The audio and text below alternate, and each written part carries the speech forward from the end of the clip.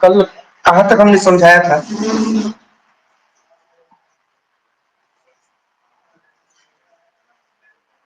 आप परिमेय संख्या बता दिए थे, जैसे परिमेय संख्या, परिमेय संख्या।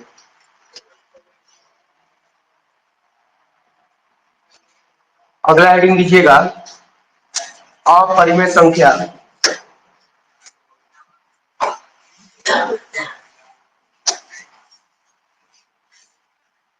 अगला हेडिंग देंगे अपरिमेय संख्या। जो नहीं लिखे होंगे लिखिएगा, डैश देके वैसी संख्या, डैश देके एक नंबर में लिखेंगे, डैश दीजिएगा और नीचे में एक नंबर में लिखिएगा। जो नहीं लिखे हैं, जो लिखे हैं दोबारा नहीं लिखेंगे। पहला नंबर में लिखिएगा वैसी संख्या जो p बाई क्यू के रूप में हो, वैसी संख्या जो p बाई क्यू के रूप में हो, सॉरी, वैसी संख्या जो p बाई क्यू के रूप में न हो, वैसी संख्या जो p बाई क्यू के रूप में न हो, वैसी संख्या जो p बाई क्यू के रूप में न हो। दूसरा नंबर में नीचे लिखिएगा q का मान शून्य के बराबर नहीं होनी चाहिए, q का मान शून्य के बराबर नहीं होनी चाहिए, q का मान शून्य के बराबर नहीं होनी चाहिए। और तीसरा नंबर में लिखिएगा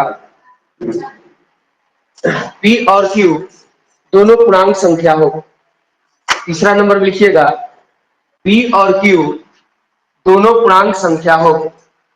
तीसरा नंबर में लिखेंगे p और q दोनों पूर्णांक संख्या हो, p और q दोनों पूर्णांक संख्या हो। ठीक है, परिमेय और अपरिमेय में ये दूसरा और तीसरा रूल सिमिलर है। दूसरा और तीसरा रूल क्या है? सिमिलर। ठीक है,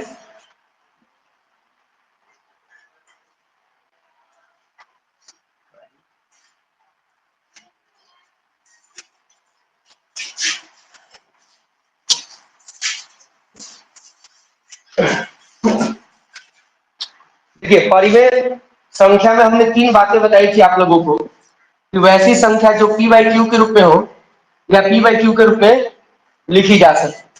अपरिमेय संख्या में ये चीज नहीं है। ये अपरिमेय संख्या में हमने लिखवा दिया है कि वैसी संख्या जो p बाई क्यू के रूप में न हो, और परिमेय में था कि हो या लिखा जा सके। परिमेय और अपरिमेय दोनों में है कि q का मान कभी भी शून्य के बराबर नहीं होनी चाहिए। परिमेय और अपरिमेय में दोनों में ये शर्त सेम है कि p और q दोनों क्या होना चाहिए? पूर्णांक संख्या। दोनों क्या हो? पूर्णांक संख्या। ये ध्यान दीजिएगा। ठीक है, तो अब यहां देखिए इसमें बस यही अपरिमेय संख्या में दिया है कि p बाई क्यू के रूप में न हो। याद रखिएगा जितने भी वर्गमूल या करणी के अंदर कोई भी संख्या हो और उस करणी से पूरा पूरा न निकले, उसी को हम लोग क्या कहते हैं? अपरिमेय संख्या। जैसे एग्जाम्पल के तौर पर हम लोग लेंगे, अगर आपसे कोई पूछेगा कि वर्गमूल 8 परिमेय संख्या है कि अपरिमेय संख्या? अपरिमेय संख्या, क्योंकि ये वर्गमूल से पूरा पूरा 8 नहीं निकलने वाला है। देखिए 8 वर्गमूल 8 लिखेंगे तो कैसे लिखेंगे? 2 गुणे 2 गुणे 2, ये 2 तो बाहर निकल जाएगा और अंदर में क्या बच जाएगा? तो बच जाएगा। तो क्या ये 8 पूरी तरह इस करणी से, इस रूट से पूरा पूरा बाहर निकला है? नहीं निकला है। इसलिए हम लोग 8 को क्या कहेंगे, है ना, इस 8 को वर्गमूल 8 को अपरिमेय संख्या कहेंगे। क्या कहेंगे? अपरिमेय संख्या। जैसे आपसे कोई पूछेगा कि बताइए 1/0 ये परिमेय संख्या है कि अपरिमेय संख्या? यही पढ़े हैं, एकदम स्टेट में बैठे। ये बताइए 1/0, ये बताइए 1/0 का मान कितना होता है? हाँ तो भाई कितने लोग बताएंगे? 1, बस, बाकी 10वां पास नहीं है सर? 2 नहीं, क्या होगा उस अलग की बात है, पहले आपको हाथ उठाना है। चलिए आप बताइए अनंत यानी इनफाइनाइट। आप बताइए, ये देखिए इसका है ना बहुत सारा नाम है, इनफाइनाइट नाम है, अनंत नाम है, अनडिफाइंड है, अपरिभाषित है, कई नाम है। अब देखिए आपसे कोई पूछेगा कि 0/1 का मान कितना होगा, ये तो हर कोई जानता है भाई।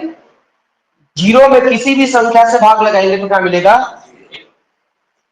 आप चलिए ये हाथ उठाएंगे जिनको मालूम होगा 1/इनफाइनाइट का मान क्या होगा, हाथ उठाइए। 1/इनफाइनाइट का मान क्या होगा, कितने लोग बताएंगे। अरे यही चीज है, देखिए यही चीज है, नहीं है। इनफाइनाइट को यहां ला दीजिए और 0 को यहां ला दीजिए, तो 1/इनफाइनाइट का यानी 1/अपरिभाषित का, अनडिफाइंड का वैल्यू क्या होता है, 0 होता है। बस यहाँ इनफाइनाइट को क्या करना है, उठा के यहां ला देना है और 0 को। ये चीज याद रखिएगा, ये मैथ में भी आता है और रीजनिंग में भी आता है। तो अगर आपसे कोई पूछेगा 1/0 ये परिमेय संख्या है कि अपरिमेय संख्या है, तो नहीं परिमेय संख्या और नहीं अपरिमेय संख्या। क्यों, क्योंकि परिमेय में बताया था कि है ना क्यू शून्य के बराबर नहीं होना चाहिए। क्यू है क्या, हर है, डिनोमिनेटर है, और हर कभी भी शून्य नहीं होना चाहिए, वो चाहे अपरिमेय हो और चाहे परिमेय हो, इरेशनल नंबर हो और चाहे रेशनल नंबर हो, कभी भी हर में बटा में क्यू में शून्य नहीं होना चाहिए। और यहाँ पर है तो ये संख्या नहीं परिमेय है और नहीं अपरिमेय, नहीं रेशनल नंबर है और नहीं इरेशनल नंबर है। अब जैसे आपसे कोई पूछेगा ये क्या हमने लिखा है, पाई। इस पर एक फिल्म भी है the life of pi, Oscar award भी मिला है। ऐसे याद रखिएगा, आज तक एक भी इंडियन मूवी को, भारतीय सिनेमा को ऑस्कर अवार्ड नहीं मिला, ये दुर्भाग्य की बात है। ठीक है, ये याद रखिएगा कि आज तक कोई भी भारतीय फिल्म को, नामित बहुत सारा हुआ, नामित मतलब नॉमिनेट बहुत सारा हुआ है ना, बहुत सारे फिल्म हुए, लेकिन ऑस्कर अवार्ड नहीं मिला।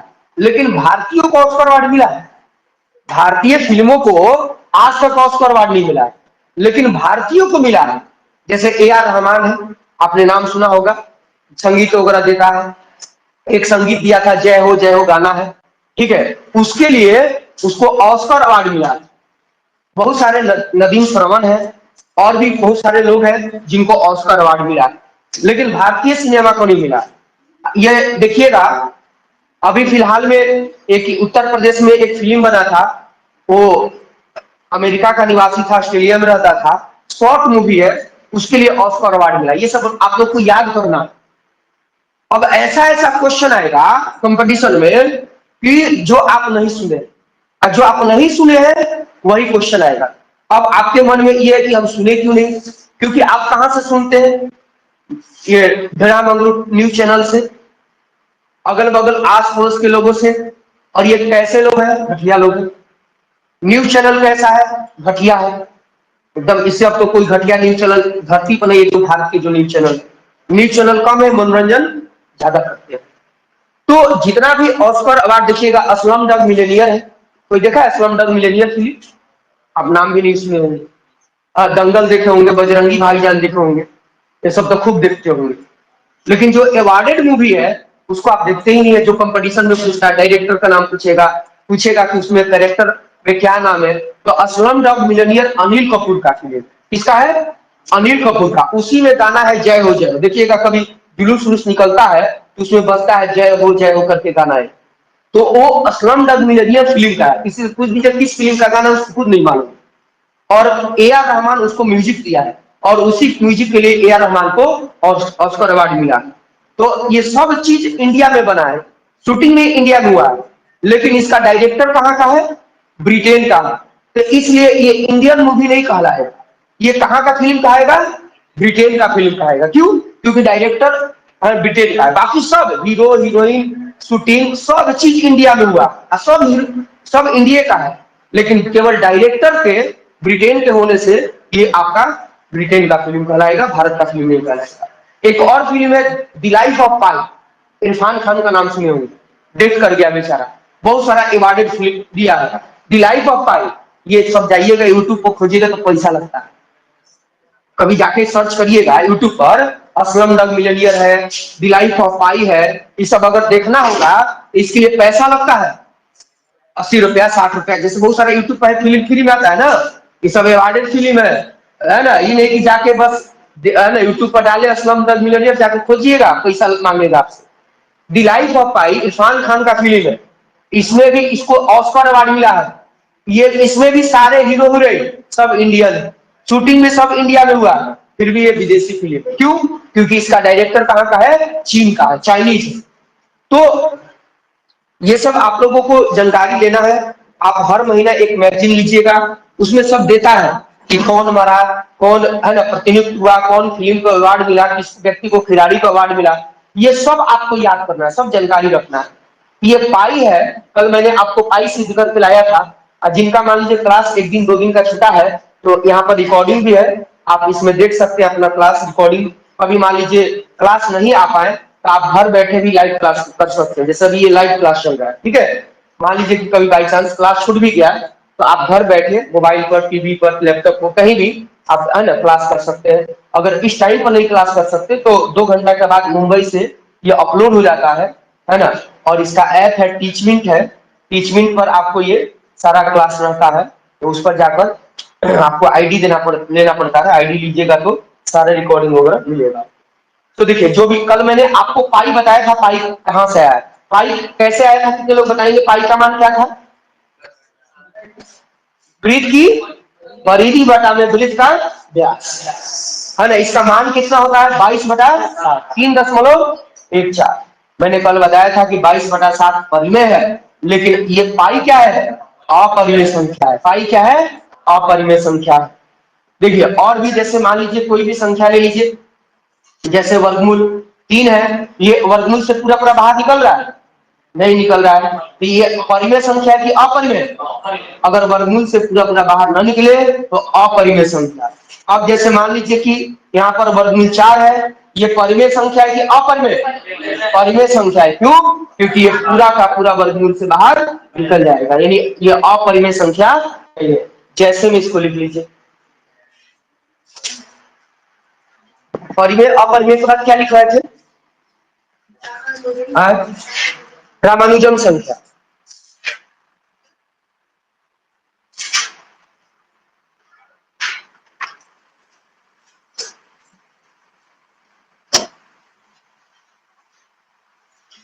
आप लोगों को क्वेश्चन दिया था, बना लिए? 6 क्वेश्चन था, एक और भाग वाला था। चलिए पहले जैसे में लिख लीजिए, जो उसको सातों क्वेश्चन को हल करवा देता हूं और उसके बाद रामानुजन संख्या में पढ़ाऊंगा। और यहाँ पर याद रखिएगा, सारा का सारा पढ़ाई ज्यादातर छठवां से लेकर 10वां तक होगा। 10वां से ऊपर का पढ़ाई नहीं जाता है, और छठवां से नीचे का भी कंपटीशन में आता है। तो आप लोगों को वही पढ़ाया जाएगा जो आप ऑलरेडी, क्या हो गया, जो ऑलरेडी आप पढ़ चुके हैं। यहाँ पर वही चीज पढ़ाया जाएगा जो आप ऑलरेडी पढ़ चुके हैं, बस उसको आपको सिस्टम से है ना बताया जाएगा। आपने सिस्टम से नहीं पढ़ा होगा तो बस उसी को सिस्टम से क्या किया जाएगा? अरेंज कर दिया जाएगा। जैसे में लिख लीजिए, और उसके बाद क्वेश्चन लिखिएगा। ये सबको हम बारी बारी से हल करवा दे रहे हैं, जो जो हमने आप लोगों को काम दिया था।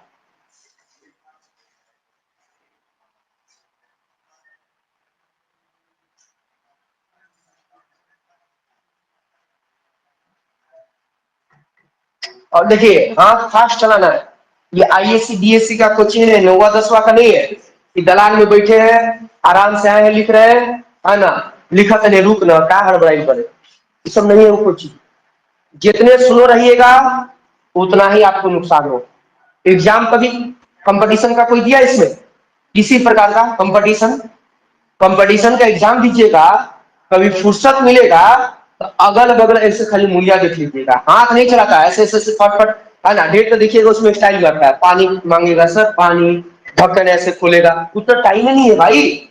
आप सोचिए एसएससी के एग्जाम में कितना क्वेश्चन रहता है? 100 क्वेश्चन। समझिएगा, देखिए लड़कों का डिमेरिट कहाँ है, वो जिस चीज का तैयारी करता है उसके बारे में जानता ही नहीं। समस्या यही है, आईएससी का क्लास करता है, आईएससी जानता ही नहीं। यहाँ पर बहुत सारे आईएससी किए हैं, कहिए तो हम खड़ा करा के पूछते, कुछ नहीं। आईएससी का मैं कथक अगर पूछूंगा, 9वां 10वां का क ख ग घ पूछूंगा, छोड़ दीजिए बीटेक एमटेक आप बीएससी एमएससी को गोली मारी। मैं क ख ग घ कोई थेसिस नहीं पूछूंगा, कोई ला नहीं पूछूंगा आपसे, बस छोटा छोटा बात पूछूंगा। आपको घबराइए नहीं, आएगा, खड़ा करा करा के पूछूंगा, क्योंकि कंपटीशन में औकात दिखाना बहुत जरूरी होता है। जब तक आपका घमंड नहीं आपके शरीर से जाएगा तब तक आपका नौकरी होगा ही नहीं। सरकारी नौकरी मतलब आपके पास 3 चीज होना चाहिए। नॉलेज है, सरकारी नौकरी को तो नॉलेज की जरूरत है ही नहीं, क्योंकि आपको नौकर बनना है, नौकरी करना है ना। और नौकरी शब्द किससे बना है? नौकर, सर्विस करना है, सर्विस मतलब सेवा, सेवा करना, यानी सेवा करने वाले को सेवक बोलते हैं, सर्वेंट बोलते हैं।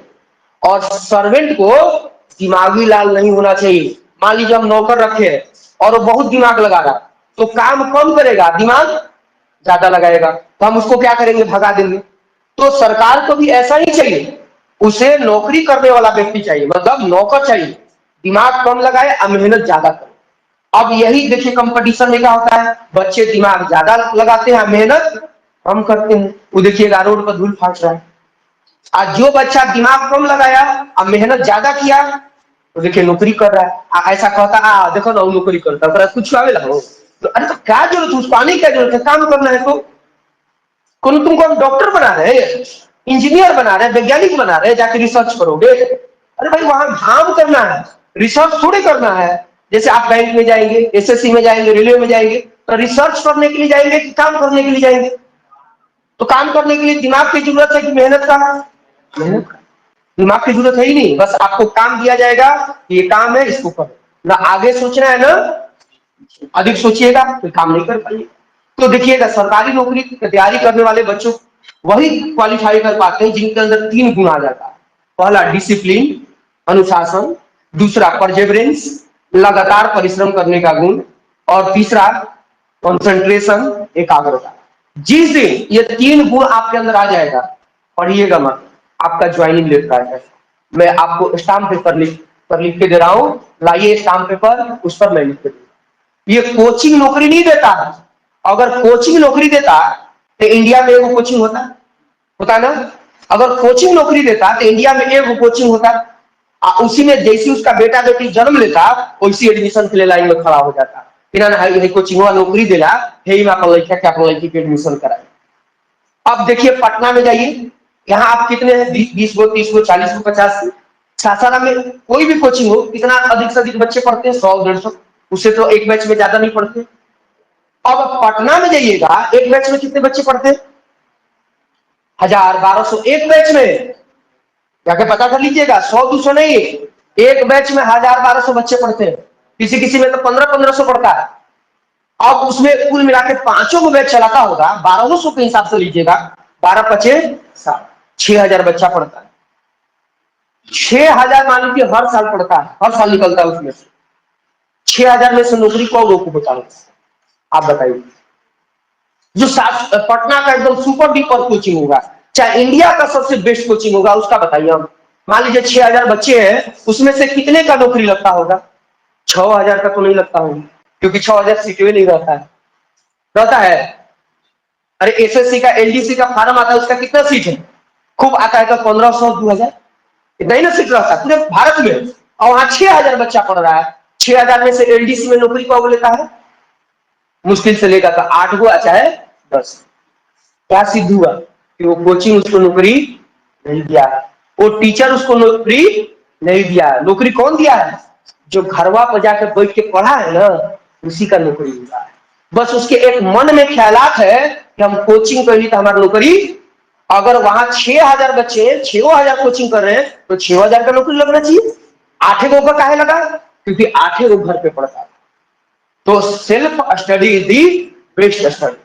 कोचिंग क्या होता है? ये मेंटर्स का काम करता है, ये पॉइनियर का काम करता है, ये मार्गदर्शन का काम करता है।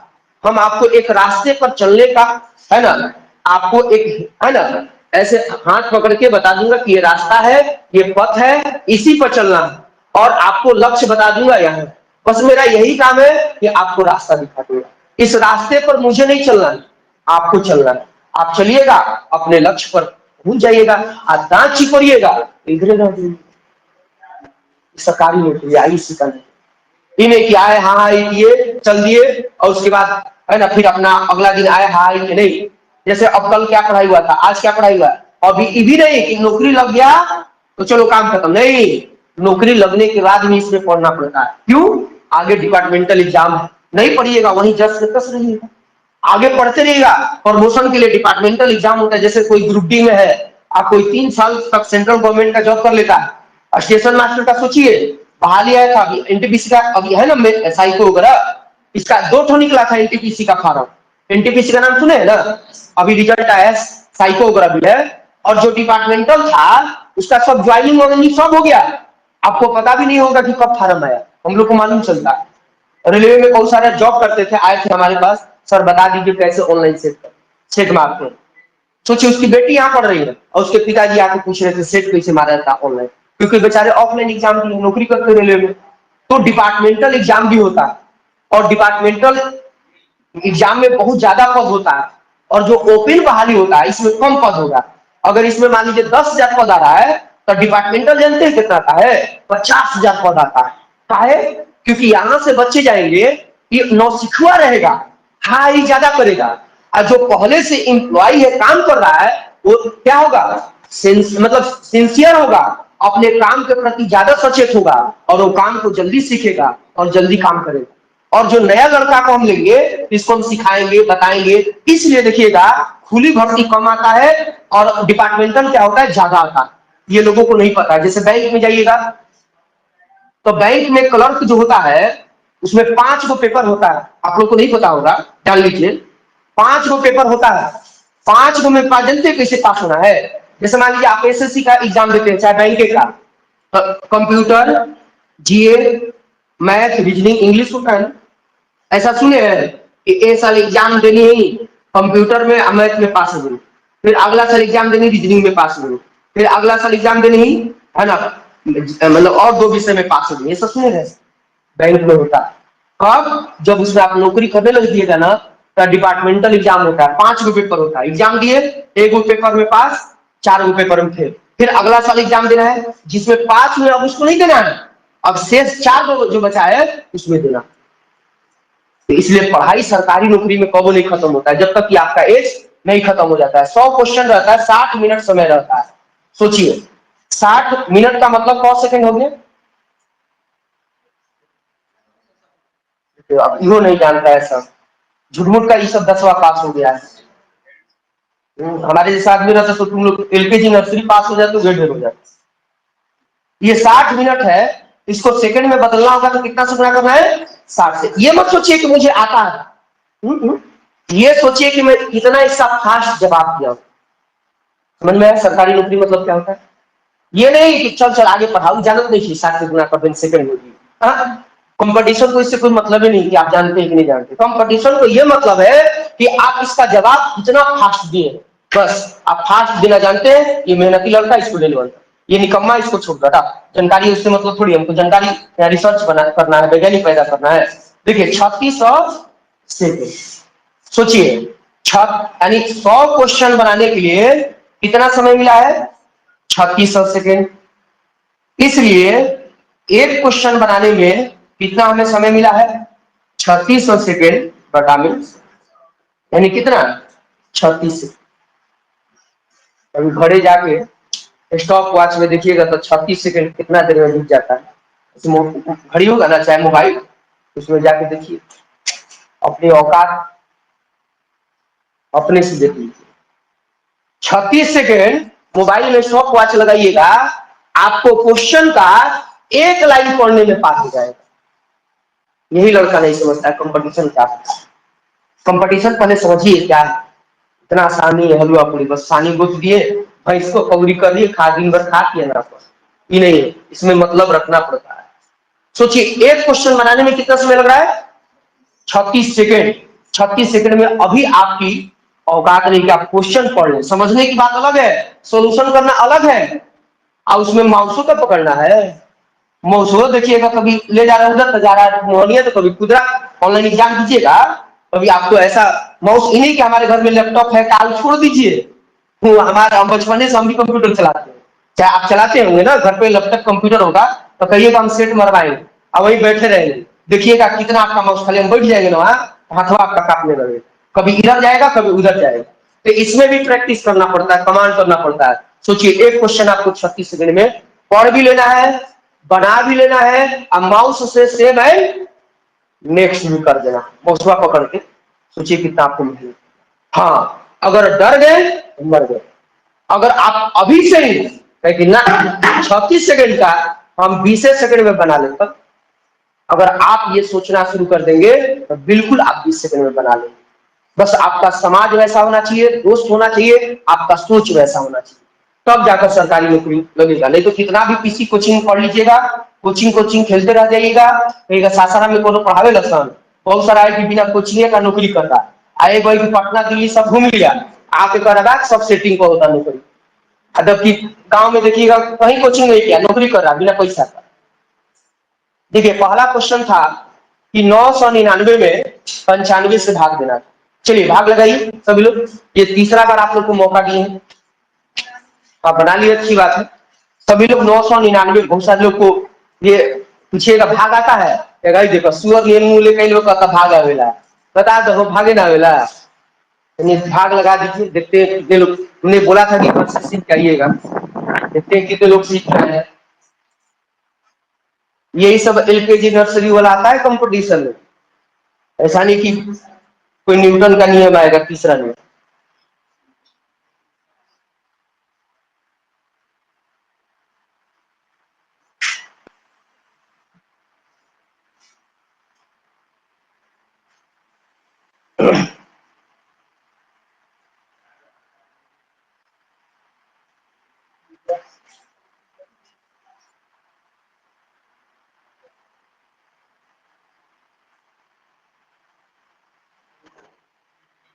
अभी भी वही वाले डेट देखिए इसे लाए 95 कम 95 4 9 ले बना लेंगे, बड़ी बोला था ले बना देंगे।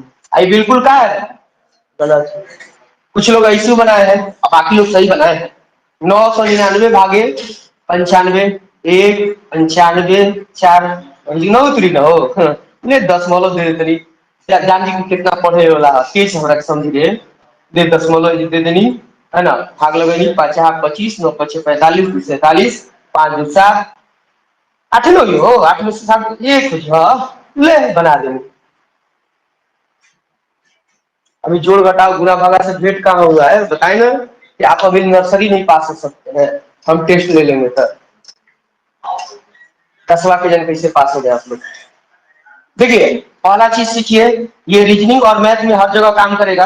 आपको फिर बीच में एक बार और बताऊंगा, ये सेकंड लास्ट बता रहा हूँ, फिर तीसरा बार नहीं बताऊंगा। ध्यान से सुनिएगा। जैसे ये कितना मार्क में जाएगा, कितना टाइम्स में जाएगा, 1 मार्क में 1 टाइम्स में 95 कम 95 से क्या बचेगा। अब यहां पर क्या करेंगे, ये अंक को यहां पर उतारेंगे, और जब उतारते हैं तो ये क्या हो गया 49 हो गया ना। लेकिन क्या 49 इस 95 से पूरा पूरा कट रहा है, छोटा है ना। यानी हमने क्या किया कि यहां से एक अंक उतारा, और अंक उतारने के पश्चात भी इस संख्या से पूरा पूरा नहीं कट रहा है, क्योंकि इससे ये क्या है छोटा है। अगर अंक उतारने के बाद अगर भाजक से न कटे तो उस कंडीशन में हम लोग जितना अंक उतारेंगे उतना यहाँ पर क्या करेंगे। बहुत सारे लोग ऐसे भाग लगाए हैं 999 भागे 95 है ना, ऐसे करके यहाँ पर 49 आया है। आप लोग फार्मूला जानते हैं, भाज्य का फार्मूला कितने लोग जानते हैं, हाथ उठाइए, क्यों हाथ उठाना है ना। उसके बाद हम पूछेंगे, नहीं तो फिर सब सुन लेगा तो सब बता देगा ना, नकलची बहुत है हमारे यहाँ। तो भाज्य बराबर क्या होता है, भाजक गुणे, ये किस क्लास में पढ़ना है, चौथा पांचवा में पढ़ना होगा जी, तीसरा चौथा में। इसी हम तो उतना पढ़े लिखे नहीं है, आप लोग तो पढ़े लिखे लोग हैं। हम सोचिए मैट्रिक 2004 में किए तो सब भुला ना गए होंगे है ना, आईएससी 2006 में, बीएससी 2009 में, एमएससी हमने 2012 में कर लिया, सब भूल गए हैं। आप लोग टटका टटका पढ़े हैं, आप लोग को ज्यादा नॉलेज होगा। तो भाजक गुणे भागफल और प्लस शेषफल। आइए तो थोड़ा वैज्ञानिक मेथड से इसको सिद्ध करते हैं। भाज्य है 999, भाजक है 95, भागफल कितना है 1, शेषफल कितना है। देखिए तो हल करिए तो 999, 95 में 1 से गुणा करेंगे तो 95 ही होगा। आप 95 में 49 जोड़ेंगे 49, 9 5 14 का 4, हाथ से 9 4 13 आए, ये क्या बराबर है 144 999। ये मैथ, अब मैथ में गलत था ही नहीं चलता है। अभी नहीं कि हम जो उनको दिए कौन होगा, इसमें तो सिद्ध करना है, मैथ में तो सिद्ध न करना है। आप जो कहेंगे आप सिद्ध करिए, मैं जो कहूंगा मैं सिद्ध करूंगा। अगर मैं कह रहा हूं कि आप गलत बनाए तो मुझे सही सिद्ध करना होगा, और आप कह रहे कि नहीं सर आपने गलत बनाया तो आपको भी सिद्ध करना होगा। दोनों लोग को मौका मिलेगा कि ये दोनों आपस में बराबर नहीं, इसका मतलब ये गलत है। अब यहां देख लीजिए, इससे बना लीजिए, तब भाज्य बराबर क्या होता है 999, भाज्य बराबर क्या होगा भाजक गुणे भागफल प्लस शेष। ठीक है, 999, 95 को 10 से गुणा करेंगे तो 950 प्लस 49। ठीक है, तो वो था equal LHS and RHS, left hand side और राइट हैंड साइड, बाया पक्ष और दाया पक्ष बराबर हो गया 900, यानी ये बिल्कुल क्या है सही। तो याद हो गया आप लोगों को, यदि अंक उतारते हैं नीचे में लिखते हैं और नीचे लिखने के पश्चात ये जब पूरा पूरा न कटे तो हम लोग क्या करते हैं, यहाँ पर शून्य बैठाते हैं। क्या करते हैं, शून्य बैठाते हैं। कोई दिक्कत, इसको नोट कर लीजिए सभी लोग। अच्छा, आप लोग 10वां सब पास है ना, तोड़ बोला ना, हमने ज्ञापन पास क्यों ले भैया ना। अच्छा ये बताइए शेषफल किसे कहते हैं, हाँ बताइए तो। ये नहीं बोलना है कि भाग लगैला के बाद जो अंतिम में बची जान लो कि वह शेषफल कहा, ये बच्चों वाला है, इसको छोड़ के आपको बोलना है ये किसी का सही है लेकिन किसी काम का नहीं, इसको घूरा को फेंक दीजिए। घूरा मतलब सोचते है कचरा, dust, litre.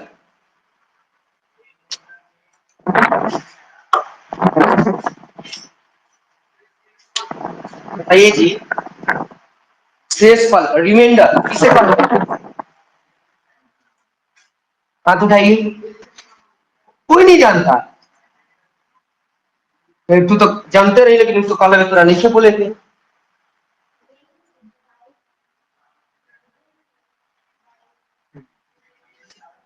And remaining part is called remainder, है ना। ये तो काम है, वही तो हम भी बोल रहे हैं, वो नहीं बोलना है, इंग्लिश में बोलनी है आप, वो नहीं बोलना है।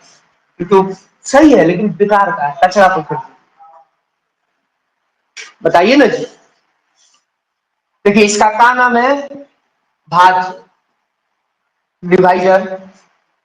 इसका भाज्य नाम है कि भाजक नाम, ये दोनों नहीं जानते हैं। इसका क्या नाम है, भाज्य। ये डिवाइजर है, ये डिवाइडेंट है, और ये क्या है भागफल। इसका एक और नाम है, ये आईबी के एग्जाम में है, आईबी का नाम सुने, इंटेलिजेंस ब्यूरो। जैसे आप इंटर पर ग्रेजुएशन को उसका फॉर्म भर सकते हैं। इसका एक और नाम है लब्धि, और इंग्लिश में इसको क्या बोलते हैं क्रिसेंट। इसका क्या नाम है शेषफल रिमाइंडर। देखिए बहुत सारे लोग बच्चे यही बोलते हैं कि भाग लगैला के बाद जो अंत में बची ओकरे के शेषफल कहल जाए। चलिए बताइए, जब हम एक में 5 से भाग लगाएंगे तो शेषफल क्या बचेगा, चलिए आप बताइए। चलिए आप बताइए, आप आप बताइए, आप बताइए, आप आप बताइए, आप बताइए 1, आप बताइए, आप बताइए। इधर देखिए कहां से देखिए, रिसर्च करिए, बोले ना दिमाग नहीं लगाना, मेहनत करना बस। बोलिए, एक में 5 से भाग लगाएंगे शेषफल क्या आएगा, चलिए आंसर बताना, सोल्यूशन नहीं बताना। चलिए आप बताइए, चलिए आप बताइए।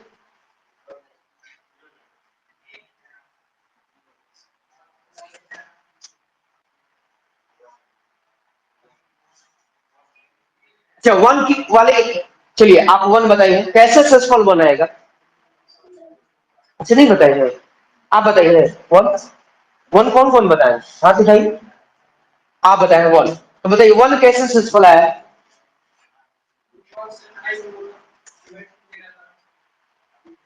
थोड़ा तेज बोलिए।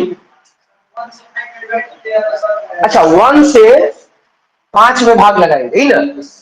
तो शेषफल कितना बचेगा? 0 ना होगा। और कोई है एक वाले गलती से जो एक बोल दिए हो? अरे एक एक बोले है ना? तो और कितने लोग हैं जो एक गलती से बोल दिए हैं? या चलिए जो एक वाले हाथ उठाइए, कहेंगे अभी भी कह रहे हैं कि नहीं शेषफल एक ही बचेगा। अरे अभी किस क्लास में है भाई? इतना अभी परेशान हो गए। किस क्लास में पढ़ना है भाग? सेकेंड स्टैंडर्ड में कि फर्स्ट स्टैंडर्ड में? भाग कहाँ पढ़ना है? ये देख लिया आप लोग का भाग कितना है। अभी घटाओ देंगे, घबराइएगा मत।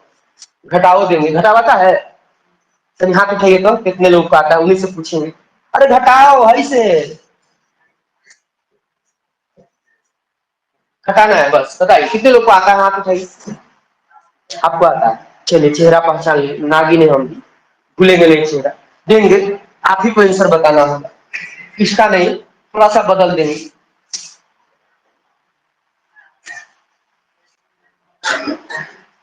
बात नहीं करिए।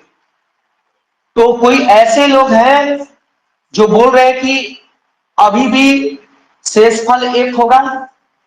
जो एक बोले हैं और अभी भी बोल रहे हैं कि नहीं एक ही होगा शेषफल, हाथ उठाइए। अच्छा गलती से बोल दिए। अच्छा ये कितने लोग बोल रहे हैं कि ये गलत है? हाथ उठाइए। 1 2 3। कैसे गलत है बताइए? 1 में 5 से भाग लगाना, ये बिल्कुल क्या है? इतना भी आप लोग नहीं जानते। ये क्या है? अंश है, न्यूमरेटर है। और ये क्या है? हर है, डिनोमिनेटर है। यानी 1/, हमें एक में कितना से भाग लगाना है? 5 से। अंश जो होता है वो भाज्य होता है और हर जो होता है भाजक होता है। ये छोटी छोटी बातें हैं, याद कर लीजिए, फिर आगे चल के मैं नहीं बताऊंगा। फिर खड़ा करा करा के पूछूंगा कि भाज्य क्या है, भाजक क्या है। क्वेश्चन में दे दूंगा और उसमें से आपसे पूछूंगा बताओ इसमें से भाज्य कौन है। बहुत सारे लोग नहीं पहचान पाएंगे कि भाज्य कौन है, भाजक। तो यहाँ पर देखिए 1 में 5 से भाग लगाना है। अब बताइए शेषफल क्या आएगा? 0 तो फेल हो गया। 0 बताइए कैसे शेषफल 0 आएगा?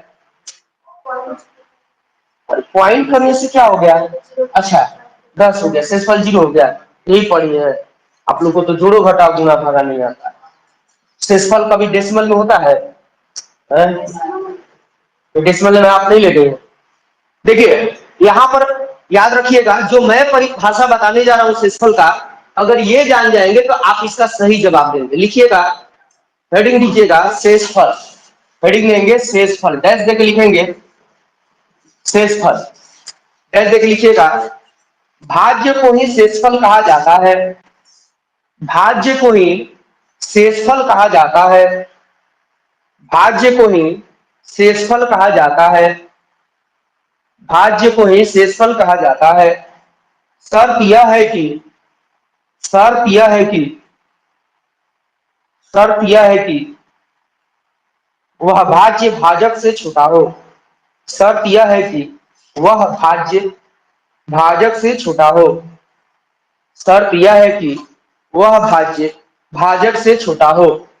शर्त यह है कि वह भाज्य भाजक से छोटा हो। ऐसे नीचे में लिख लीजिएगा, शेषफल बराबर भाज्य। ठीक है, लेकिन शर्त क्या होना चाहिए? ये भाज्य भाजक से, ऐसे नीचे लिख लीजिएगा, छोटा हो। ठीक है, भाज्य भाजक से क्या होना चाहिए? छोटा होना चाहिए। जैसे मान लीजिए हम यहाँ पर 11 में 5 से भाग लगाते हैं, तो 11 हम लोग का शेषफल है। ये तो हम लोग जानते हैं कि भाज्य है, और ये क्या है? भाजक है। ठीक है, ये भाज्य भाजक, भाज्य क्या है? भाजक से बड़ा है। अभी हम लोग का ये शेषफल नहीं होगा, ये 2 मत में जाएगा, 5 दूना 10। अब क्या बच गया? 1। ये भी तो भाज्य है ना, ये भाज्य में से नहीं निकल कर आया, तो ये भाज्य क्या हो गया? अब भाजक से छोटा हो गया। और जैसे ही भाजक से छोटा होगा तो अब यही भाज्य क्या कहलाएगा? शेषफल कहलाएगा। अब देखिए मान लीजिए हमें 113 में 5 से भाग देना है, तो 5 गुना 10, शेषफल क्या बच गया? देखिए अभी घर जाके कहिए किस क्लास का पढ़ाई पढ़े हो, तो कहिएगा नर्सरी यूकेजी। और नर्सरी यूकेजी में पढ़ रहे अभी है? यूकेजी का फुल फॉर्म कितने लोग बताएंगे, हाँ बताइए, वो नहीं जानते। एलकेजी का, इसमें कितने लोग एलकेजी यूकेजी पढ़े हैं? हम तो पढ़ो नहीं किए, 2 दिन पढ़े थे पहला क्लास में, और तीसरा दिन दीदी जी बोली कि तुम शरीर से बहुत बड़ा छोड़ा, दूसरा क्लास में चले जाओ, तो है ना बोला उठाए जाके बैठ गए दूसरा क्लास। तो यूकेजी का फुल फॉर्म होता है अपर किड्स गार्डन, और एलकेजी का फुल फॉर्म होता है लोअर किड्स गार्डन। ये सब जानकारी होनी चाहिए, कंपटीशन के स्टूडेंट है, ऑलराउंडर बनना। तो यहाँ पर 113 में 5 से भाग लगा रहे हैं, 5 गुना 10, शेषफल क्या बच गया? क्या शेषफल 1 कहलाएगा? नहीं, क्योंकि भाज्य अविभाजक से बड़ा है। अभी 3 यहाँ उतारेंगे तो क्या हो जाएगा? 13, बड़ा है ना, बड़ा है ना। तो इस कंडीशन में अभी कितना मत में जाएगा? 5 गुना 10, 2 मत में। और अब देखिए, अब ये यहाँ पर अंक नहीं है, तो अब हम लोग का शेषफल हो गया क्यों? क्योंकि ये भाजक से छोटा हो गया। जैसे हमने 999 में 95 से भाग लगाया, तो ये कितना मत में गया? 1 मत में। यहाँ पर क्या बच गया? 4, 9, फिर यहाँ शून्य उतार दिए। अब हम लोग का इसमें शेषफल कौन होगा? यही भाज्य ही शेषफल होगा, क्योंकि ये भाजक से क्या हो गया? अगर कोई यहाँ अंक रहता तो यहाँ लिखते, भाग लगाते। देखिए कि अब कोई अंक नहीं है, अब हम लोग का भाज्य भाजक से छोटा हो गया, तो यही भाज्य क्या कहलाता है? शेषफल। देख रहे हैं, ये भाज्य है ना, अभी शेषफल नहीं ना हुआ, अभी यहाँ पर भाज्य तब ना कटा रहे हैं। और जब अंत में देख रहे हैं कि भाज्य भाजक से छोटा हो गया, अब नहीं कट रहा है, तो यही शेषफल हो गया। अब देखिए 1 में 5 से भाग लगा रहे हैं, ये वीवीआई है। आगे जब नंबर सिस्टम में पढ़ाऊंगा तो ये आएगा, उस समय दांत मत चिकोड़िएगा। अब 1 में 5 से भाग लगा रहे हैं, 5 में 1 से नहीं भाग लगाना है, 1 में 5 से भाग लगाना है। भाग लगाएंगे, देख रहे हैं, ये भाज्य है और ये भागफल है। क्या है? देख रहे हैं, भागफल बोल रहा है। कह देंगे गधा है तो गधा हो जाएगा, तो अपनो दिमाग लगाना है, ये मार्कर है ना, ये भागफल है कि भाजक है? करे भागफल हम कह देंगे तो हो जाएगा, जो सही होगा वो ना होगा। कहेंगे कौआ उड़ बकुला उड़ गधा उड़, तो गधा उड़ा देंगे, तो अपना भी दिमाग लगाएंगे। तो ये भाजक है और ये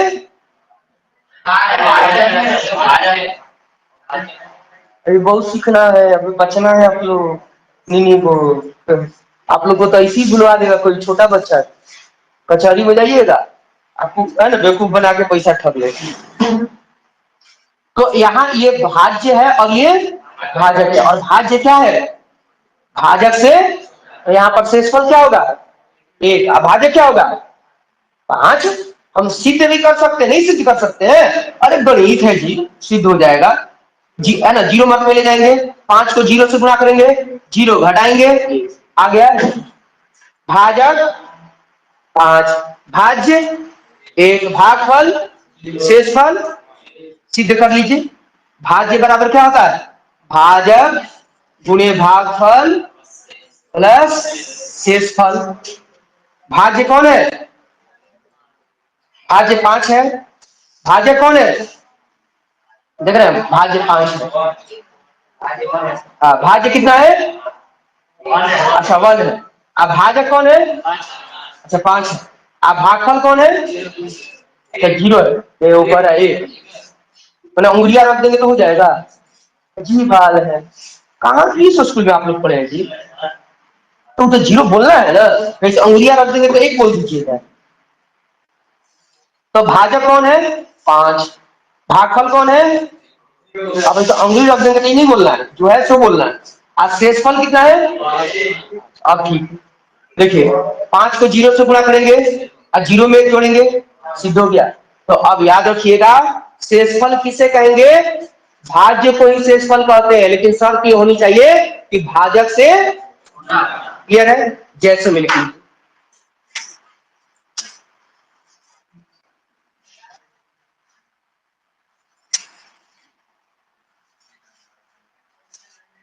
आप नहीं करिए, हमसे बतियाइए, जितना बतिएगा बतियाइएगा, अपने में नहीं।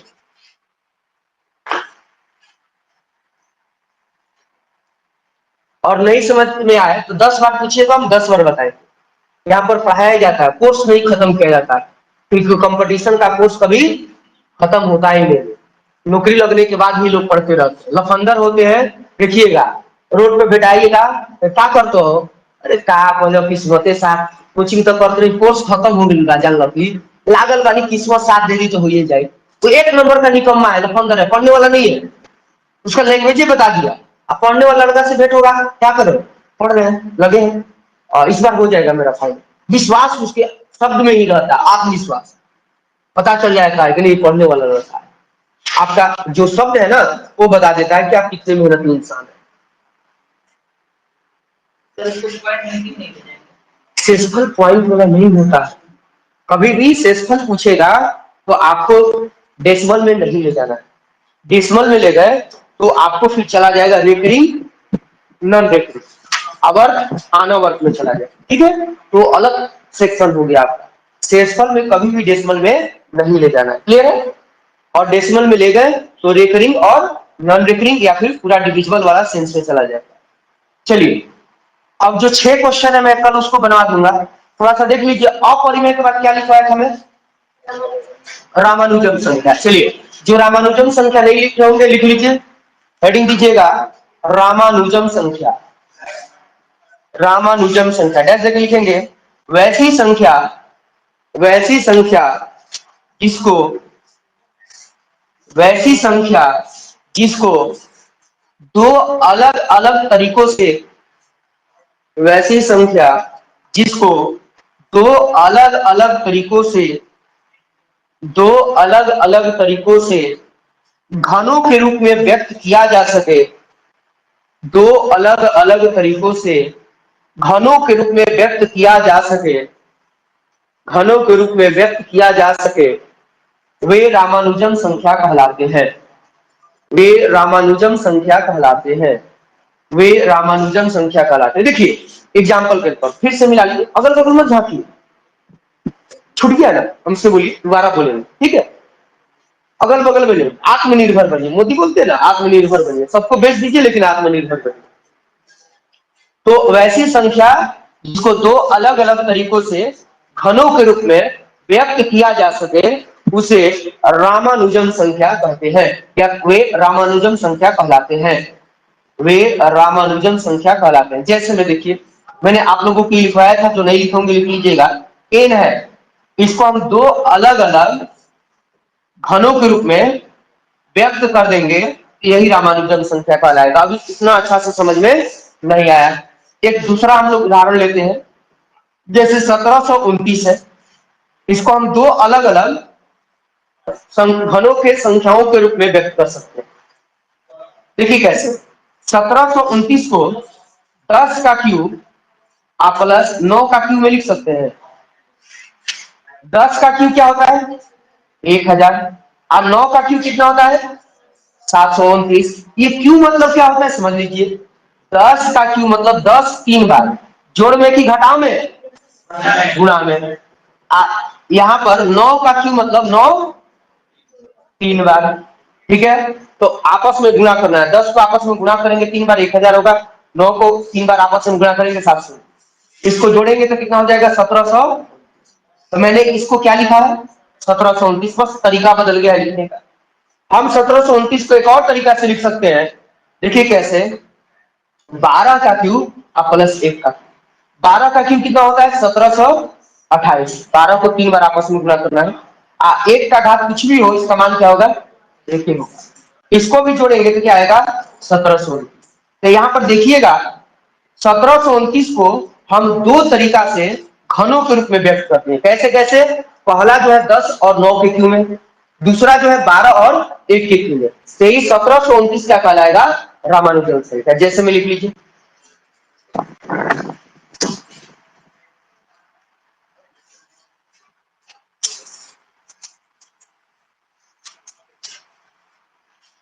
इसके बाद क्या लिखा है रामानुजन संख्या के बाद,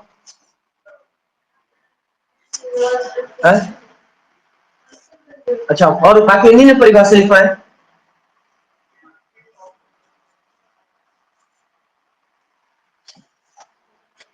तो जैसे में लिख लीजिए दोनों को। देखिए रामानुजन संख्या कोई ज्यादा खास नहीं है, लेकिन ये भारतीय गणितज्ञ थे और बहुत ही बड़े गणितज्ञ थे, इसलिए मैंने आपको बता दिया कि भारत में भी ऐसे ऐसे पहले गणितज्ञ होते थे। पहले लोग पढ़ने वाले होते थे, अब लफंदर ज्यादा होता है, पढ़ने वाला कम होता है।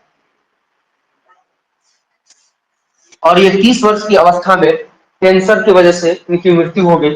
अगर जिंदा होते तो भारत को बहुत आगे ले गए होते। रामानुजन। चलिए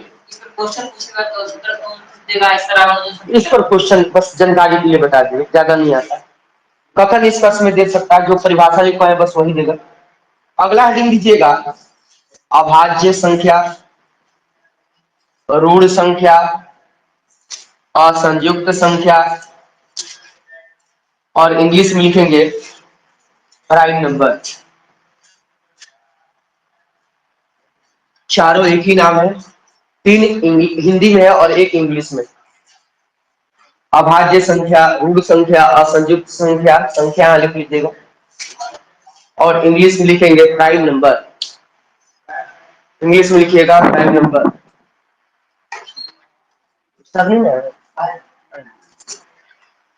ठीक, तो कोई बताएंगे अभाज्य संख्या, ऋण संख्या, असंयुक्त संख्या, प्राइम नंबर क्या है? हाँ, एक और कोई, चलिए बताइए।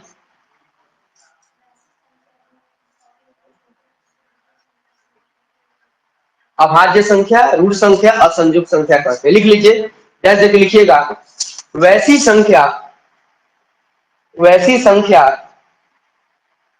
वैसी संख्या जो एक और स्वयं के अलावा, एक और स्वयं के अलावा 1, एक और वैसी संख्या जो एक और स्वयं के अलावा किसी अन्य संख्या से, किसी अन्य संख्या से पूर्णतया विभाज्य न हो, किसी अन्य संख्या से पूर्णतया विभाज्य न हो,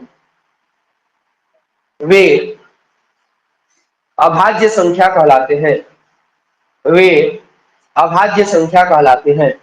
एक बार फिर से मिला लीजिए, वैसी संख्या जो एक और स्वयं के अलावा किसी अन्य संख्या से पूर्णतया विभाज्य न हो, पूर्णतया विभाज्य न हो, वे अभाज्य संख्या कहलाते हैं। वे अभाज्य संख्या कहलाते हैं।